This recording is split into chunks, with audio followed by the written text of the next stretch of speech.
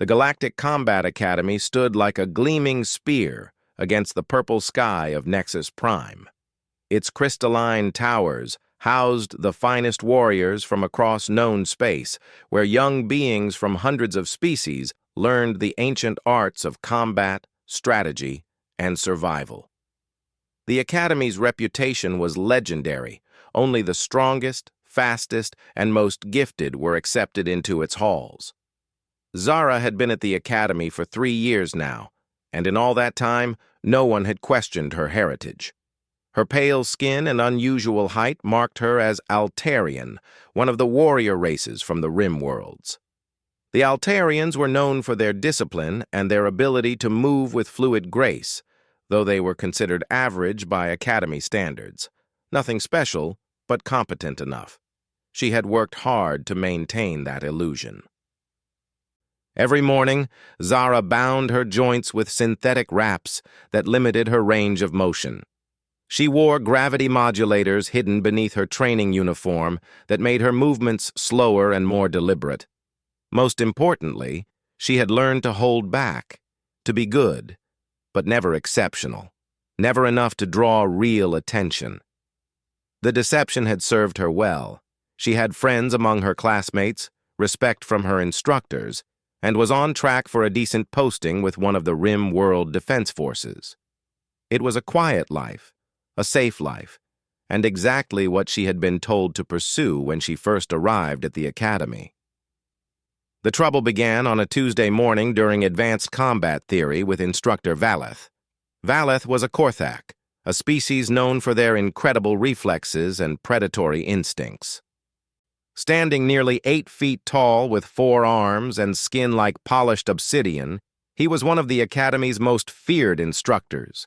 His classes were brutal, demanding, and had sent more than a few students home in medical pods. But those who survived his training emerged as some of the finest warriors in the galaxy. "Today we will be conducting routine biological scans," Valeth announced to the assembled class of 30 students. His voice was a low rumble that seemed to vibrate through the floor. "The Academy requires updated genetic profiles every 3 years to ensure optimal training programs and dietary requirements." Zara felt her stomach drop. She had been dreading this day since her arrival. The Academy's medical scanners were among the most advanced in known space, capable of reading genetic markers down to the cellular level. No amount of synthetic wraps or gravity modulators could fool them. One by one, students approached the scanning station, a sleek metal arch that hummed with barely contained energy. Each scan took only seconds, the machine emitting a soft chime as it recorded and analyzed the genetic data. Zara watched as her classmates underwent the process. Kelthari with their crystalline exoskeletons, Vorthak with their symbiotic parasites, Zalani with their photosynthetic patches. "Zara Thorne," Valeth called out. She approached the scanner with measured steps, her heart hammering against her ribs. The metal arch was warm against her skin as she stepped through, and for a moment everything seemed normal. The familiar hum, the brief sensation of being examined by invisible forces. Then the machine began to emit a sound she had never heard before. It wasn't the soft chime that had accompanied every other scan. Instead, the scanner produced a harsh, discordant alarm that seemed to fill the entire training hall. Warning lights flashed red across its surface, and the holographic display above began cycling through data streams too fast for anyone to read.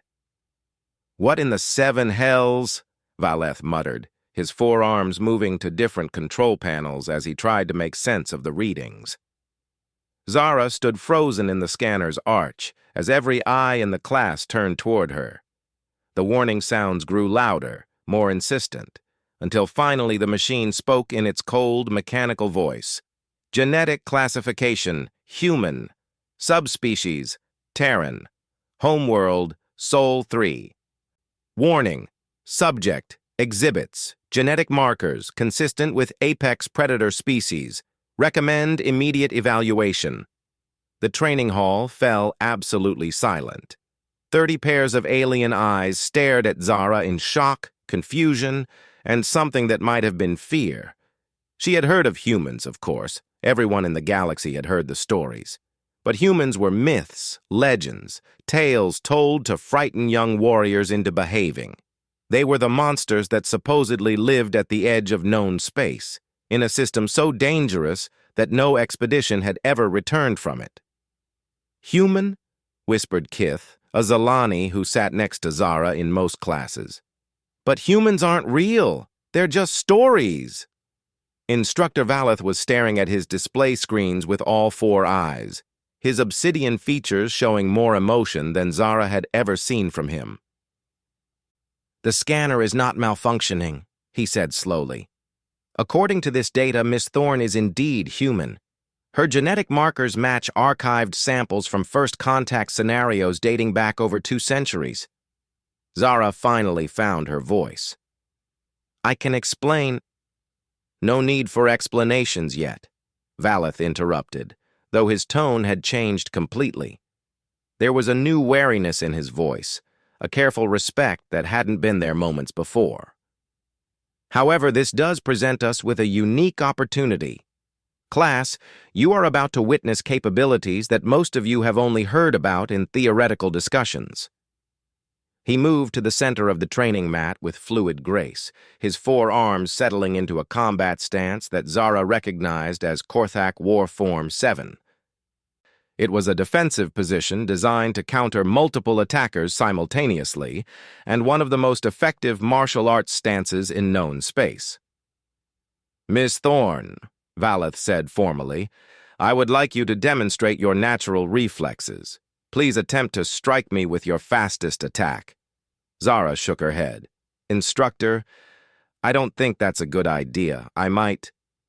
You might hurt me?" Valeth's mandibles clicked in what passed for Korthak laughter. "Miss Thorne, I am a 7th-degree master of 17 different combat forms. I have sparred with Thrakari berserkers and Valdris assassins. I assure you, whatever natural advantages your species might possess, they are not sufficient to—" Valeth never finished the sentence. Zara had spent 3 years moving slowly, carefully, deliberately. She had trained herself to telegraph her attacks, to move with Altarian stiffness rather than human fluidity. But now, with her secret exposed and her instructor demanding a demonstration, all those careful restraints fell away. She moved.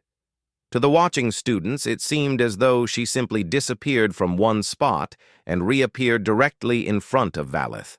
Her right hand, which had been hanging relaxed at her side, was suddenly positioned exactly where the instructor's throat would have been if she had chosen to complete the strike. But that wasn't what made the class gasp in unison. Valeth, with all his speed and training, had managed to react to her movement. His upper right arm had snapped out in a defensive gesture, throwing a kick with his powerful leg that should have caught her in the midsection and sent her flying across the training hall. Instead, Zara's left hand had moved just as quickly as her right. Without breaking eye contact with the instructor, without even seeming to try, she had caught his kick in mid-motion. Her fingers wrapped around his ankle with casual ease, holding the full force of a Korthak combat kick as though it were nothing more than a gentle tap. For a long moment, neither of them moved. Valeth's leg was extended in a kick that could have shattered concrete, held motionless by Zara's seemingly effortless grip. Her other hand remained poised at his throat, close enough that he could feel the warmth of her skin. "Impossible," breathed Thektar, a Kelthari whose crystalline body was practically vibrating with shock. "No one catches a Korthak kick. The physics alone—" "The physics are correct," Valeth said quietly, his voice barely above a whisper. "I am applying approximately 400 pounds of force through this strike. She is not only stopping that force, but doing so with such precision that she hasn't damaged my leg or thrown me off balance." Zara released his leg and stepped back, lowering her other hand. "I'm sorry, Instructor. I didn't mean to—" "Do not apologize," Valeth interrupted, his 4 eyes still wide with something between awe and concern. "What you have just demonstrated should not be possible. the speed of your movement, the precision of your interception, the strength required to stop my kick without visible effort. These are capabilities that exceed every known species in the galactic database. He turned to address the class, though his gaze kept returning to Zara. Class, you have just witnessed something that most warriors will never see in their lifetimes. According to the archived data, humans possess several unique evolutionary advantages: enhanced reaction speeds, superior hand-eye coordination, and what researchers termed adrenaline response, the ability to dramatically increase physical performance under stress. Kith raised a trembling hand. But, Instructor, if humans are this capable, why don't we see them in the Academy? Why are there no human warriors in the Galactic Defense Force? Valeth was quiet for a long moment. Because, he said finally, most species assume that humans are extinct. The last official contact was over 200 years ago, and their homeworld is located in what we now call the Terminus Zone, a region of space considered too dangerous for regular travel. He looked directly at Zara. Miss Thorne, your presence here raises many questions. Questions that I suspect are above my security clearance to ask. However, for the remainder of this class period, I would like you to demonstrate your natural capabilities. Your classmates deserve to understand what they have been training alongside. Zara felt a familiar knot of anxiety in her stomach. For 3 years, she had hidden what she was, had carefully concealed the abilities that made her different. But now, with her secret exposed and her instructor asking for a demonstration, she found herself torn between old fears and new possibilities. "What would you like me to show them?" she asked. Valeth gestured toward the obstacle course that dominated one side of the training hall. "The Academy Standard course. But this time, Miss Thorne, I want you to run it without restraints. Show us what a human can truly do." The obstacle course was a nightmare of moving platforms, energy barriers, and combat drones designed to test every aspect of a warrior's abilities. The current Academy record was held by a Thrakari named Gorthex, who had completed it in 4 minutes and 37 seconds. Most students took between 8 and 12 minutes, and many never finished it at all. Zara looked at the course, then at her classmates, then back at Instructor Valeth. "If I do this," she said slowly, "if I show you what I can really do, things will change. There's no going back." "Miss Thorne," Valeth replied, "I suspect that the moment the scanner declared you human, there was already no going back." She nodded, understanding the truth in his words. Moving to the starting line of the obstacle course, Zara began removing the synthetic wraps that bound her joints. Each piece that fell away seemed to make her movements more fluid, more natural. Finally, she reached under her uniform and deactivated the gravity modulators that had been weighing her down for 3 years. The change was immediately visible. She seemed to grow taller, more graceful, her posture shifting into something that looked almost predatory. When she stretched, testing her full range of motion for the first time in years, several students actually stepped backward. "Whenever you're ready, Miss Thorne," Valeth said, though his voice had taken on the careful tone one might use when addressing a dangerous animal. Zara settled into a starting position at the beginning of the course. For a moment, she was completely still, her breathing deep and controlled. Then the timer began, and she exploded into motion.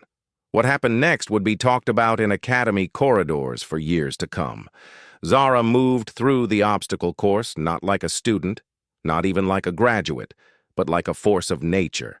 She flowed over barriers that should have required careful climbing, bounded across gaps that should have needed precise timing, and moved through energy fields with a grace that seemed to bend the laws of physics. The combat drones, designed to test reaction speed and tactical thinking, simply couldn't keep up with her. She moved faster than their targeting systems could track, striking with precision that disabled them without causing permanent damage. At one point, 3 drones attacked her simultaneously from different angles. She caught the first 2 in mid-flight and used them to block the third. When she reached the final section of the course, a climbing wall that stretched 40 feet toward the training hall's ceiling, she didn't use the designated handholds. Instead, she scaled the smooth sections between them, her fingers finding purchase on surfaces that looked completely flat to everyone else. The timer stopped. 2 minutes and 18 seconds. She had not only broken the Academy record, she had shattered it. More than that, she had completed the course with such apparent ease that it seemed like she had been taking a casual stroll rather than navigating one of the most challenging obstacle courses in the galaxy. The training hall was absolutely silent as Zara dropped down from the climbing wall, landing with cat-like grace despite the 40-foot fall. She wasn't even breathing hard. "Well," said Instructor Valeth finally, "that was educational." As the implications of what they had witnessed began to sink in, Zara found herself wondering if her carefully hidden life was about to become something much more complicated. Around her, 30 pairs of alien eyes stared with a mixture of awe, fear, and curiosity that she had never seen before. The scanner had declared her human, and now everyone knew exactly what that meant. The news spread through the Academy like wildfire. Within hours of the demonstration, every student, instructor, and staff member knew about the human in advanced combat theory. Zara could feel their stares as she walked through the corridors, whispered conversations falling silent when she passed. Some looked at her with fascination, others with fear, and a few with something that might have been hunger, the look of warriors who had found a new challenge to test themselves against. She was sitting alone in the Academy's vast dining hall when Kith approached her table. The Zalani moved hesitantly, her photosynthetic patches flickering with nervous energy. "May I sit?" Kith asked, her voice soft. Zara nodded, grateful for any company that didn't seem immediately hostile. They had been friends for 2 years, sharing study sessions and training partners in several classes. Now Kith looked at her like she was meeting a stranger. "I have so many questions," Kith said as she settled into the chair across from Zara. "About humans, about you, about everything. But mostly, I want to know, are you still the same person I've been friends with?" It was a fair question, and one that Zara had been asking herself. "I'm the same person," she said carefully. I haven't been able to show you who I really am. Your strength, your speed, how much have you been holding back all this time?"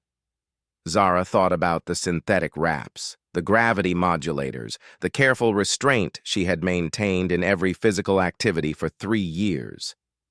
"Most of it," she admitted. "Maybe 90%.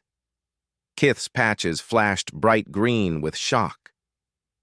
"90%? But you were already one of the better students in our class if you've been holding back that much." "I know how it sounds, but I had to.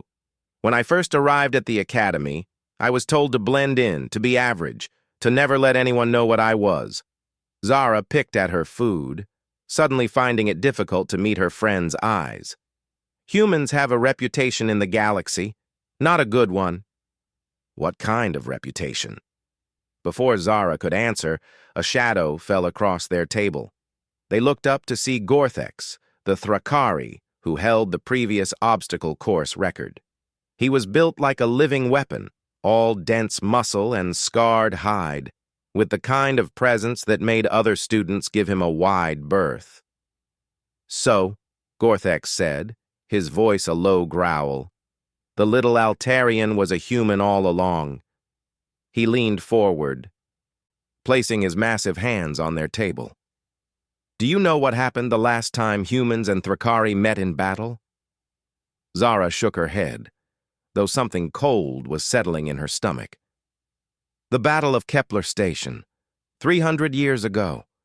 A single human ship encountered a full Thrakari war fleet, 12 vessels, over 10,000 warriors." Gorthex's eyes were locked on Zara's face. The human ship was outnumbered 50-1, outgunned by a factor of hundreds. What happened? Kith asked, though she seemed afraid of the answer. The humans won. Gorthex straightened up, but his gaze never left Zara. They destroyed 11 of our ships and captured the 12th. Our warriors, the finest in the galaxy at that time, were defeated by a crew of barely 200 humans. The survivors said it was like fighting ghosts, enemies that moved faster than thought, struck harder than physics should allow, and never, ever gave up. He turned and walked away without another word, leaving Zara and Kith alone with the weight of that revelation. "Is that why you've been hiding?" Kith asked. "Because of old battles and bad reputations?" Zara was quiet for a long moment. "It's more complicated than that. The truth is, most species in the galaxy are afraid of what humans can do. Not just in battle, but in general. We adapt too quickly, learn too fast, push too hard. When humans first made contact with the galactic community, they went from primitive space travel to advanced interstellar technology in less than 50 years. That scared people. So what happened? Where did all the humans go? We were asked to leave." Zara's voice was barely above a whisper. "Not ordered, not forced, but strongly encouraged to return to our home system and limit our contact with the rest of the galaxy. Most humans agreed. They established a quarantine zone around the Sol system and withdrew from galactic affairs. But you're here. Some of us never went back. We scattered, took new identities, tried to live quiet lives among the other species.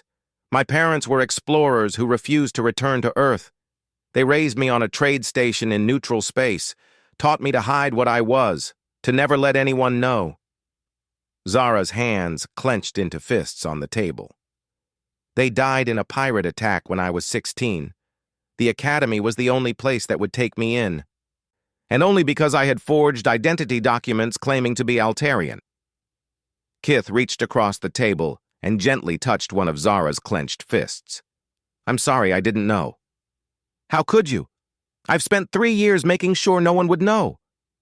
Their conversation was interrupted by the arrival of a figure that made every student in the dining hall fall silent. Administrator Vex was a counselor species, one of the ancient races that governed galactic affairs. Her crystalline body towered over most other beings, and her presence at the academy was almost unprecedented. "Miss Thorne," Administrator Vex said, her voice carrying the harmonic undertones that made counselor speech so distinctive. "Your presence is requested in my office immediately." Zara stood, feeling the eyes of every student in the hall upon her. "Am I in trouble, Administrator?" "That remains to be determined. Please follow me." The walk to the administrator's office felt like a journey to execution. Students and faculty alike stopped what they were doing to watch them pass, and Zara found herself wondering if this would be the last time she saw the academy's familiar corridors. Administrator Vex's office was unlike any room Zara had ever seen. The walls were made of the same living crystal as the administrator's body, and they shifted and flowed with patterns that seemed to respond to thought and emotion. It was beautiful and unsettling in equal measure. "Please sit," Administrator Vex said, settling behind a desk that appeared to grow from the floor as she approached it. Zara took the offered chair, trying to keep her hands steady as the administrator studied her with eyes that held the wisdom of centuries. "You have caused quite a disturbance today, Miss Thorne. Or should I say Miss Thorne of Earth? I didn't mean to cause any problems. I've been trying to avoid exactly this situation for 3 years. Yes, I'm aware of your efforts to conceal your identity.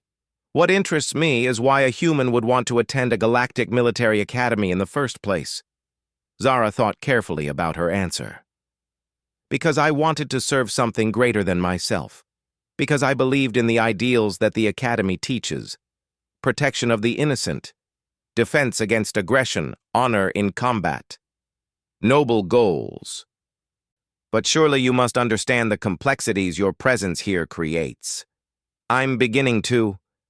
Administrator Vex leaned back in her chair, the crystal patterns on the walls shifting to deeper blues and purples. Miss Thorne, are you familiar with the Terran Accords? Zara shook her head. They were signed 300 years ago, after what the galaxy came to call the human expansion. In the span of a single generation, humans had gone from a single planet to establishing colonies in 47 systems. They were expanding faster than any species in recorded history, adapting to new environments with an ease that alarmed the established powers. The administrator waved her hand, and holographic displays appeared in the air between them, showing star charts and historical documents. The Accords were an agreement between the human government and the Galactic Council. Humans would voluntarily restrict their expansion and withdraw to their home system, and in exchange, they would not be forcibly contained or eliminated. Eliminated? Zara felt a chill run down her spine. There were those who believed that humans represented an existential threat to galactic civilization. Your species' adaptability, aggression, and rapid technological advancement were seen as potentially destabilizing forces. Administrator Vex dismissed the holograms with another gesture. The Accords prevented a war that could have consumed the galaxy. So what happens now? Are you going to send me back to Earth? That depends entirely on you, Miss Thorne. Your demonstration today has raised several interesting possibilities. The office door chimed, and Instructor Valeth entered.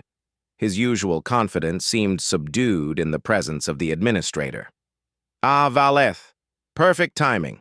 Please tell Miss Thorne what you've discovered in your research. Valeth activated his personal data pad, projecting a series of combat analysis charts. Miss Thorne, I've spent the past several hours analyzing the sensor data from your obstacle course run. The results are unprecedented. He highlighted several sections of the data. Your reaction time averages 0.08 seconds, nearly 3 times faster than the best Korthak warriors. Your strength-to-weight ratio exceeds theoretical maximums for beings of your size. Most remarkably, your learning curve during the course run was visible in real time. You are actually getting faster and more efficient as you progress through the obstacles. What does that mean? Zara asked. It means, Administrator Vex interjected, that you represent capabilities that the galaxy has not seen in 3 centuries. It also means that your presence here has created an opportunity. What kind of opportunity? Administrator Vex stood and moved to the crystal wall, placing her hand against its surface. The patterns responded to her touch, forming images of ships, battles, and distant stars. Miss Thorne, the galaxy faces threats that conventional forces have proven inadequate to address. Pirates operating in quantum dead zones where normal sensors fail. Slavers using biotechnology that adapts faster than our countermeasures. Ancient automated weapons platforms that activate without warning. The images shifted, showing scenes of destruction and chaos. The Council has been discussing the possibility of re-establishing contact with Earth, of asking for human assistance in addressing these growing threats. Your presence here, your demonstrated capabilities, suggests that such cooperation might be possible. Zara stared at the shifting images on the wall. You want me to be some kind of ambassador? I want you to be yourself, Miss Thorne, a human warrior trained in the finest military academy in the galaxy. If you are willing to continue your education here, openly this time, you could help forge a new relationship between humanity and the galactic community. And if I'm not willing? Administrator Vex turned back to face her. Then you are free to leave at any time. The Academy will not hold you against your will, nor will we reveal your identity to anyone without your permission. The choice is entirely yours. Zara looked between the administrator and Instructor Valeth, both of whom were watching her with expressions of hope and concern. What would continuing here mean, exactly? It would mean training at your full potential, Valeth said. No more hiding, no more restraints. We would develop new techniques and strategies based on human capabilities. You would push the boundaries of what we thought possible. It would also mean scrutiny, Administrator Vex added.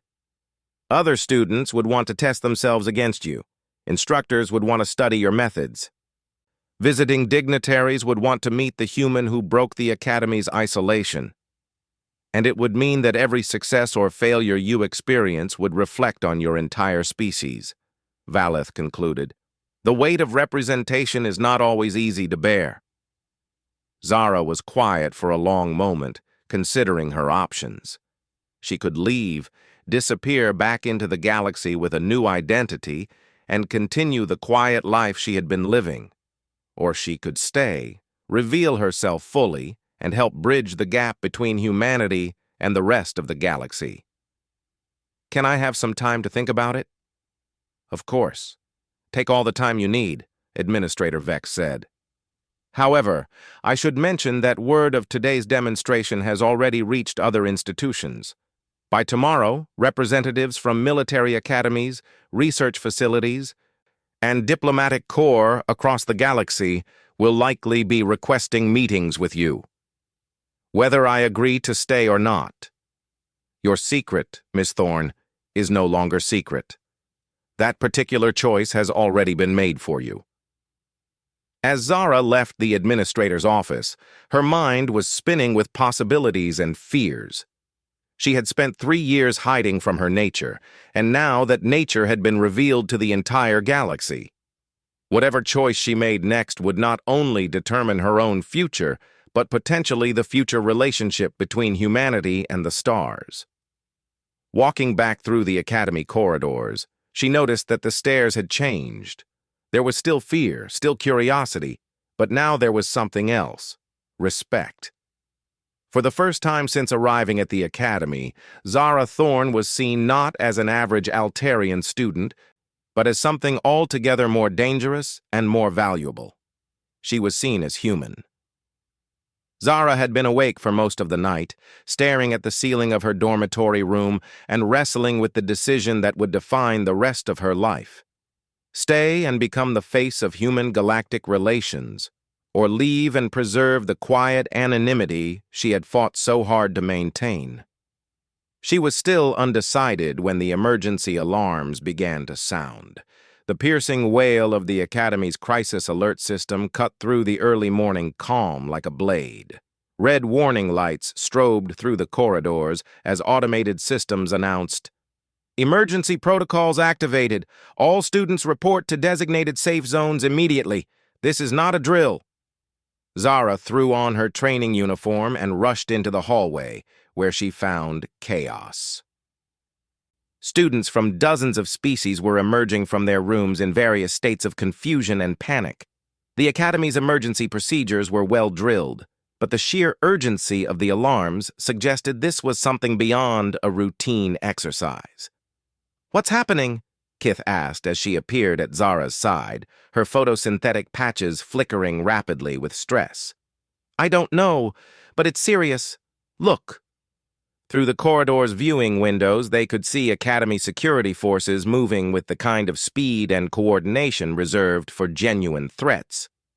In the distance, Zara could make out the distinctive forms of Korthak warriors taking defensive positions around the main Academy complex. The intercom crackled to life with Administrator Vex's voice, though the usual calm tones were strained with tension. "All students, this is a Code 7 emergency. Unknown vessels have appeared in the system and are not responding to communications. Several of our outer defense platforms have gone silent. Security teams are responding, but all students must remain in safe zones until further notice." Code 7 was the designation for hostile action against the Academy itself. In its 300-year history, such an alert had been triggered only twice before. Zara and Kith joined the stream of students moving toward Safe Zone Delta, one of the Academy's reinforced underground shelters. But as they reached the main corridor junction, a new announcement stopped them in their tracks. "Emergency update. Unknown vessels have deployed boarding pods. Hostile forces are attempting to breach Academy defenses. All security personnel to combat stations. Students remain in safe zones. The sound of weapons fire echoed through the Academy's halls, distant but growing closer. Whatever was attacking them had already penetrated the outer defenses. "We need to get to the safe zone," Kith said, pulling at Zara's arm.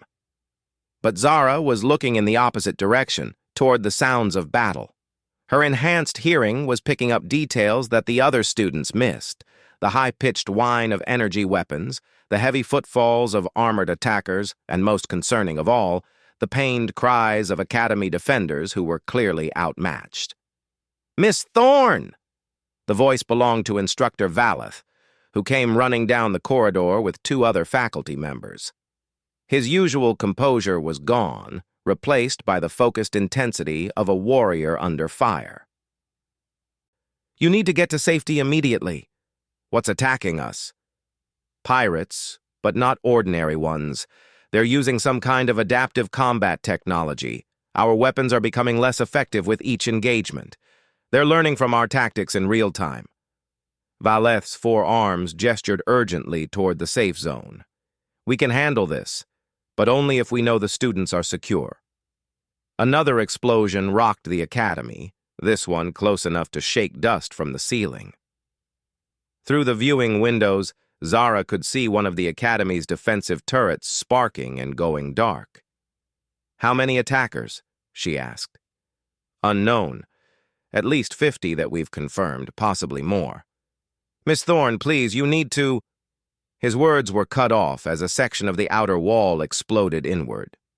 Through the breach came figures in adaptive armor that seemed to shift and change color with each movement. They were armed with weapons that hummed with unfamiliar energy, and they moved with the coordination of a professional military unit. The lead figure spotted the group of students and faculty, raising his weapon with predatory efficiency. Valeth moved to intercept, but Zara could see that he wouldn't be fast enough. She moved without thinking. The attackers had clearly studied Academy defensive protocols and common species capabilities. What they hadn't planned for was a human moving at full speed with no restraints. Zara covered the 30-foot distance to the breach in less than 2 seconds, reaching the lead attacker before his weapon had finished tracking toward Valeth. Her first strike disabled his gun with surgical precision. Her second sent him flying backward through the hole he had created in the wall. The other attackers reacted quickly, but not quickly enough. They were facing an opponent that moved faster than their enhanced reflexes could follow, struck harder than their armor could absorb, and fought with a tactical awareness that seemed to anticipate their every move. Within moments, all 5 attackers were down. "Impossible!" breathed one of the faculty members. "How did she—" "Later," Valeth interrupted, though he was staring at Zara with something approaching awe. "Miss Thorne, that was extraordinary. But you need to get to safety. These are just scouts. The main force will be—" The Academy shook again as multiple explosions echoed through the complex. More breaches were being created. More attackers were pouring through the defenses. "How many security personnel do you have available?" Zara asked. "Perhaps 200, but they're spread across the entire complex. And as I said, these attackers are adapting to our tactics. Each engagement becomes more difficult." Zara looked through the breach she had just defended, assessing the situation beyond. She could see more attackers moving toward other sections of the Academy, coordinating their assault with military precision. The Academy's defenders were brave and skilled, but they were being systematically outmaneuvered by an enemy that learned from every encounter. "What if they couldn't adapt?" she asked. "I don't understand." "Their technology adapts to known species, known tactics, known capabilities. But what if they faced something completely outside their database, something their systems had never seen before?" Valeth's eyes widened as he understood her meaning. "Miss Thorne, you cannot be suggesting—" "I'm suggesting that Maybe this is exactly why humans withdrew from galactic affairs in the first place, because sometimes the galaxy needs something it's not prepared for. Without waiting for his response, Zara turned to Kith and the other students. "Get to the safe zones, all of you! This is going to get dangerous!" "Zara, wait," Kith started.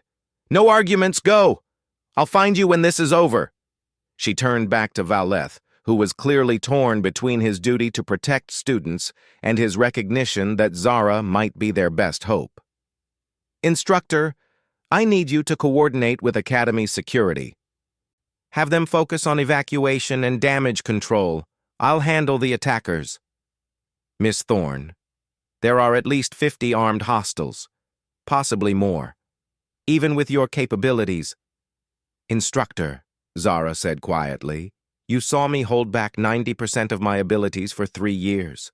What you saw in the training hall was me moving carefully, controlled, safe. This is different." There was something in her voice, something primal and dangerous, that made even the experienced Korthak warrior take a step back. "This is me not holding back anymore." What followed would become legend in Academy history. Zara moved through the Academy like a force of nature, appearing wherever the attackers had gained ground and systematically dismantling their assault.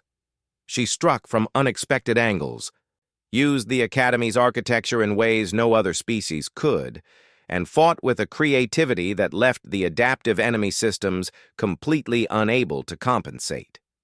The attackers' technology could learn from Korthak combat forms, Thrakari battle tactics, even counselor energy manipulation. But human combat wasn't in their database, because humans hadn't fought anyone in 300 years. She used maintenance shafts to appear behind enemy lines, struck vital points with surgical precision, and moved with such speed that the attackers' sensors often showed multiple targets where there was only one. When their armor adapted to kinetic damage, she used pressure points and nerve clusters. When their weapons tracked her previous position, she was already somewhere else entirely. Most remarkably, she seemed to understand their technology intuitively. Within minutes of engaging them, she was using their own adaptive systems against them, creating feedback loops that disabled their equipment and turned their coordination advantage into chaos. By the time Academy security managed to regroup and mount a coordinated response, the battle was effectively over. 53 attackers had been subdued, their leader captured, and their assault completely neutralized. Zara found herself standing in the Academy's main courtyard, surrounded by disabled enemies and damaged equipment, with absolutely no injuries beyond some scuffed knuckles. Around her, Academy faculty and security personnel were staring in stunned silence. "Well," said Administrator Vex, who had arrived with a full security detail, "that was certainly decisive." Zara suddenly became aware that she was being watched by dozens of people, all of whom were looking at her with expressions ranging from amazement to fear to something approaching reverence. "Are the students safe?" she asked. "All accounted for, thanks to you." Administrator Vex approached cautiously, her crystalline features showing more emotion than Zara had ever seen from a counselor. "Miss Thorne, what you've accomplished today will not go unnoticed. You've single-handedly repelled an attack that could have destroyed one of the galaxy's most important institutions." "I just did what needed to be done." "Yes, but the manner in which you did it has answered several important questions." The administrator gestured toward the captured attackers. "These pirates were using technology stolen from a classified military research facility, equipment that was specifically designed to counter all known galactic species. The fact that you were able to defeat them so comprehensively proves that human capabilities are indeed unique." Instructor Valeth approached, moving with the careful respect of someone who had just witnessed something that challenged his understanding of combat. "Miss Thorne, in 30 years of military service, I have never seen anything like what you just demonstrated. You didn't just defeat these attackers, you made it look effortless." Zara looked around at the assembled crowd, at the evidence of the battle, at the faces of people who were seeing her clearly for the first time. "So, what happens now?" "Now," Administrator Vex said, "we answer some very important questions about the future of human galactic relations. Would you be willing to address the Academy Assembly?" An hour later, Zara found herself standing before the entire Academy population in the Great Assembly Hall. Students, faculty, and visiting officials filled every seat, while holographic representatives from across the galaxy observed remotely. The attack had been broadcast on galactic news networks, and the entire civilized galaxy was watching to see what the human would say. 3 years ago, Zara began, her voice carrying clearly through the hall's acoustics, "I came to this academy with forged documents and a desperate need to prove that I could be more than what people expected of me. I hid what I was because I believed that being human was something to be ashamed of." She paused, looking out at the sea of faces. "Today, I learned that being human isn't about being stronger or faster or more dangerous than everyone else. It's about being willing to stand up when others can't. It's about adapting, surviving, and protecting those who need protection." In the audience, she could see Kith nodding encouragingly, Gorthex watching with newfound respect, and countless other students whose prejudices had been challenged by what they had witnessed. The galaxy asked humans to withdraw because they were afraid of what we might do. But fear shouldn't be what drives our relationships with each other. Today, I choose to stay at this academy, not as a hidden Altarian, but as a human. And I hope that choice helps build bridges instead of walls. The assembly erupted in applause that seemed to go on forever. But more important than the noise was what Zara could see in their faces: acceptance, respect, and the beginning of genuine understanding.